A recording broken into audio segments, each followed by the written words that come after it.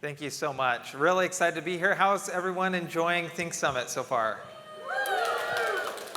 As was stated, I'm going to talk about the 3 pillars of engagement. Now, these are pillars that we've established on our team and have driven a lot of success. So we'll be talking through some various use cases as well as we go through.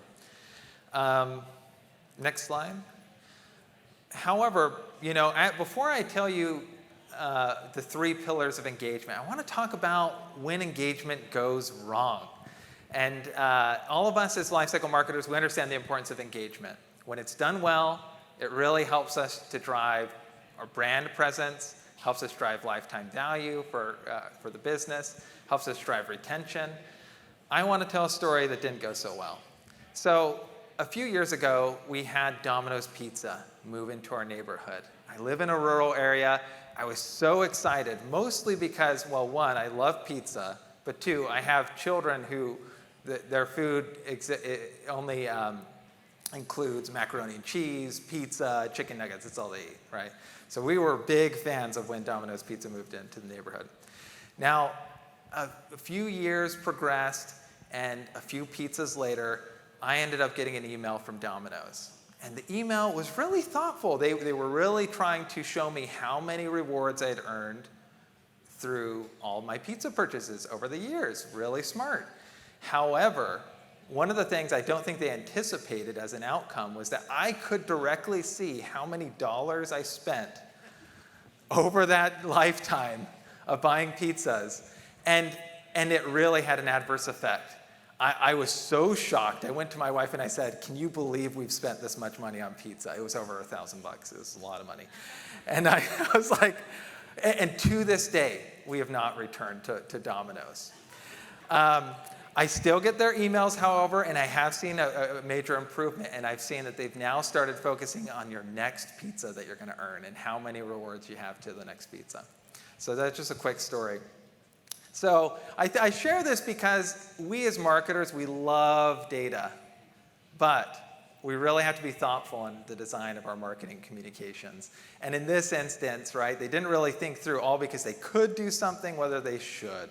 And so, little meme I'll throw in here. So here are the 3 marketing pillars which we're going to discuss today. So first, having a clear roadmap.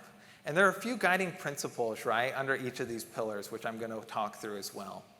So as it relates to having a clear roadmap, you want to make sure you set a destination. If you don't know where you're going, if your customer doesn't know where they're going, you're not going to make a lot of progress. Also, focusing on the next best action. We'll talk about some use cases here, how we've done that. And then also giving them a reason to act. Second, we're going to talk about giving them the tools. It's really important that you enable your customer.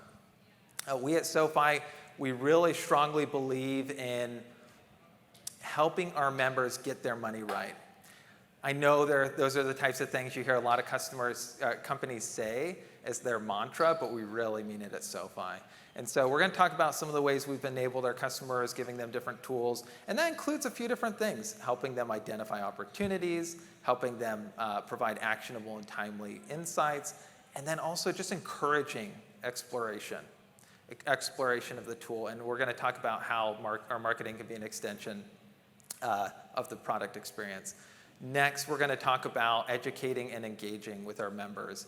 And we'll talk about the guiding principles there are starting a dialogue, helping them level up, and building routines, which will turn into habits. So first, we're going to talk about roadmap. Now, this is a very simplified roadmap. Don't judge me. I know you probably have more milestones that you've outlined than this. But I wanted to use this to illustrate, right, the principle. Some of us have probably heard the Alice in Wonderland story, right? Alice is in Wonderland. She's going through, she meets the Cheshire Cat at a crossroads, and she asks him, "Which way should I go?"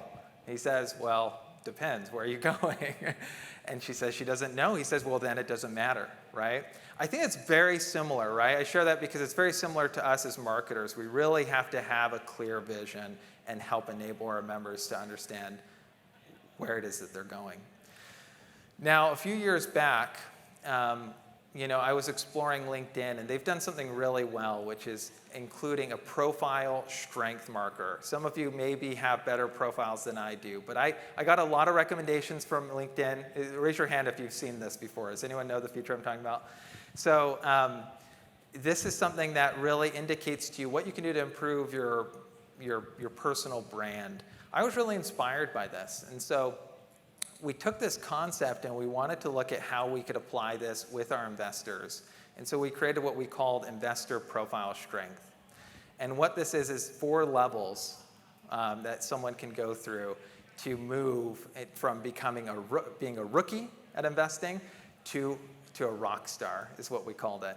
Each of these levels had different steps, which we guided our members to take. And so you can see we partnered with Movable Inc. with this. So shout out to Teresa, Jason, and Greg and team who helped out with this. And so this, you see there's a lot of dynamic moving parts. We had this and ran this as a test against our existing onboarding series, and we saw tremendous success. What was great to see is we saw a lift in almost all of our primary KPIs, including trades, deposits, and also recurring trades.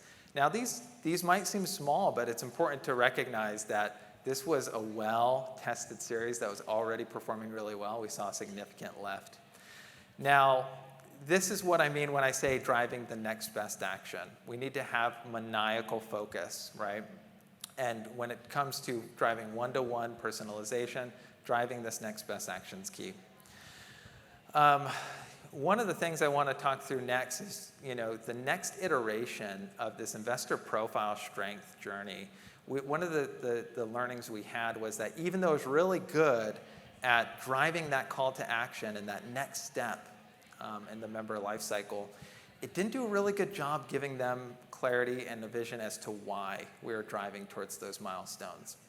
And so some of our next iterations really started to expand on that, have stronger reasons to believe, stronger value proposition statements. And so I'm showing a few examples here. We kind of moved from the old creative, which you saw, to more of a checklist design. And this has been, this actually just rolled out recently, so we're still evaluating, but it seems to be performing really, really well. So next, I want to talk about the second pillar, which is giving your members tools.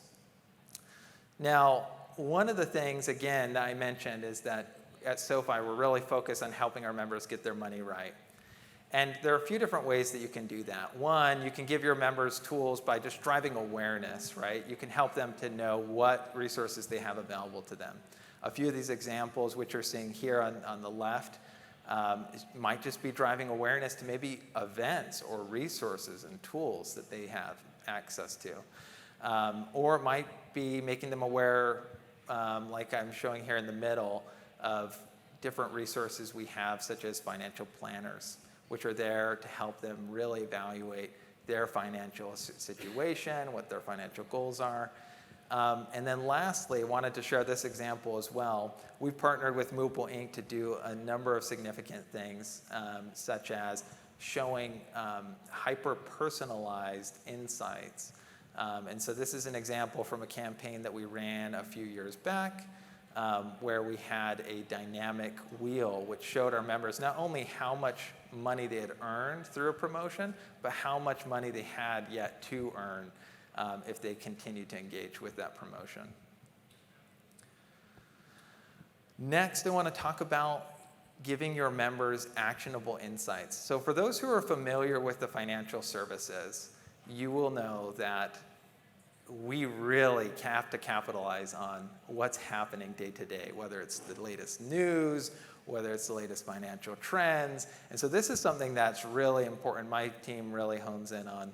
And so the use case I wanted to share here for this example is we recently, many of you have seen the countdown timers that Movable Inc. does. What was unique in this instance, we found that we could drive urgency both for our new members as they're activating their account, but then also longtime members who have yet to invest dollars on platform, if we showed them a countdown timer so that they were aware of when the market was open. And our hypothesis was that this would help drive trades and engagement with the product, and that proved to be the case. This is something that we saw in early testing, drove a lift of 19% click-to-open rate, and even a greater impact on lower funnel metrics. And so we've actually started to incorporate this not only in our onboarding and activation emails, but in a number of the emails that we're sending out to our members. All right, now the third and last principle for the second pillar, which is give them tools, is encourage exploration. Now, one of the things that we sometimes forget as lifecycle marketers is we're not just marketers. We actually really have an opportunity to play into the product experience in a meaningful way.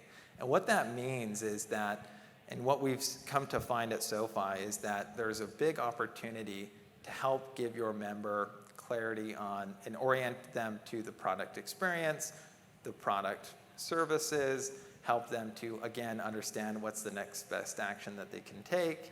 And here are just some examples on how we've done that. And so one of the things that we found to be tremendously effective is to always bear in mind that we're an extension of that product experience, and it's brought a lot of opportunities from test and design standpoint. All right, now the last and third pillar, which I'm going to talk through today, is educate and engage. Now, when we talk about education, this is something I think we always talk about in marketing, and I think the biggest challenge that we have sometimes is where do we get the content? Where do we even start? And this is a challenge for us on my team as well. And so one of the things that was an aha moment for us is we ended up partnering with our search engine marketing team, and we're able to find that they had a lot of content, meaningful content, which we could actually leverage across lifecycle marketing to help accomplish this. I'll walk through some examples of that. So one of the things with financial services, it's been an interesting time, to say the least, if you've not noticed. And so we've had a lot of chatter, whether it's in the news or in the media, family and friends. And so what we're finding is that it's really, the first principle I want to talk about in this third pillar is starting a dialogue with your members. And that really is a two-way conversation. And one way that we've done this effectively is there were two primary topics over the course of the last year, which was on all of our members' minds, especially as it relates to investment, which was, hey, how do I invest in a potential recession?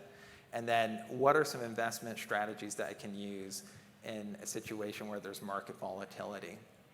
These have been really easy topics for us just to avoid altogether. These are hard topics, very difficult to discuss. And the way in which we handled it is we wanted to enable and empower our members by giving them the resources and knowledge of what's out there. So whether that's educating them on investor strategies such as dollar cost averaging, whether that's helping them, referring them again to financial planners so that they can get more advice and direction. What we saw is as we ran these educational content, it drove meaningful lift for our business, which is a little counterintuitive. I think we hear all of the time that, hey, you need to have a direct call to action. You need to, and these were very much different than that. These were driving to educational pages, to content pages, and yet we saw a meaningful lift. The next thing I want to talk about is helping your members to level up. What I mean by that is there's a little bit of training that has to happen. Now, every industry is a little bit different. I'm obviously coming from financial services, but I think that this applies across B2B and B2C, no matter what industry you're in. And the way in which we approach this is we really wanted to help enable our members to set routines. We wanted to train them on how to use our product. We wanted to train them on how to think about their investments. And so the one way in which we did that is we created a digest communication. And this was a way in which we could show them, hey, what are the latest movers, on whether it's index or or just the latest trends, but also could give them meaningful and direct insights from their personal portfolio. And what we came to find is that not only did this drive an incremental impact, which I'll show on the next slide, but it also helped train our members, right, where this suddenly became a resource and tool that people would go back to and reference. And we've seen that there's actually a strong desire expressed from a lot of our members to see this type of communication more often. Right now we're sending it on a monthly basis. We're exploring options to run this type of digest communication more frequently. And so you can see here, and this is versus control, what we saw is there was a meaningful lift both in deposits and trades when we ran this digest communication. And so just again, kind of demonstrating the importance of not only are you wanting to provide your members meaningful insights, which they can act on, but you also want to help direct them towards select behaviors and building those habits. And that will drive a meaningful impact for the business. So in conclusion, I just want to wrap up and reiterate some of the things that we've talked about today. So again, our experience at SoFi, we have 3 marketing engagement pillars that we focus on: having a clear roadmap, giving your members tools, helping educate and engage your members. I know that these will actually have a meaningful impact no matter what industry you're in. And so I challenge each of you to explore with your respective business units or industries that you're in, looking at how you can explore running these types of lifecycle marketing. And that's it.